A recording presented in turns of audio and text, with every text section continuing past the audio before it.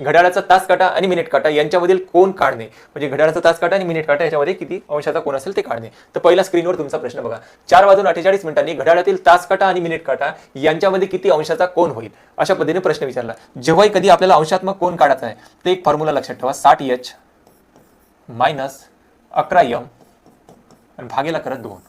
तर H आणि M हे काय भानगड आहे, तुम्ही म्हणा H आणि M ची काय भानगड आहे, तर H चा अर्थ होते तास काटा आणि M चा अर्थ होणार मिनिट काटा. M चा अर्थ काय होणार, मिनिट काटा.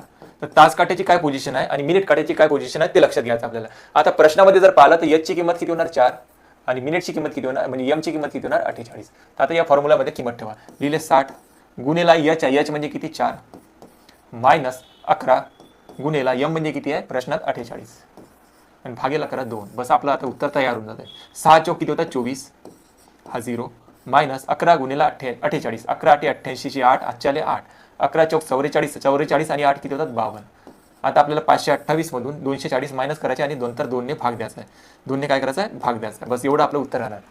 तर 528 मायनस करून घ्या 240, या दोघांची वजाबाकी केली, 8 मधून 8 मधून 0 मायनस झाला 8, तर 12 मधून 4 मायनस झाले तर 8, हातचा परत दिला, 5 मधून 3 मायनस झाले किती राहतात 2. तर बरोबर आला आपलं उत्तर 288 आणि 288 भागीला करा 2.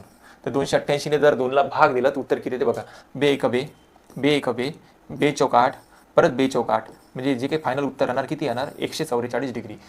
4 वाजून 48 मिनिटांनी तास काटा आणि मिनिट काटा याच्यात किती अंशाचा कोन तयार होईल, 144 डिग्रीचा कोन तयार होईल. ठीक आहे.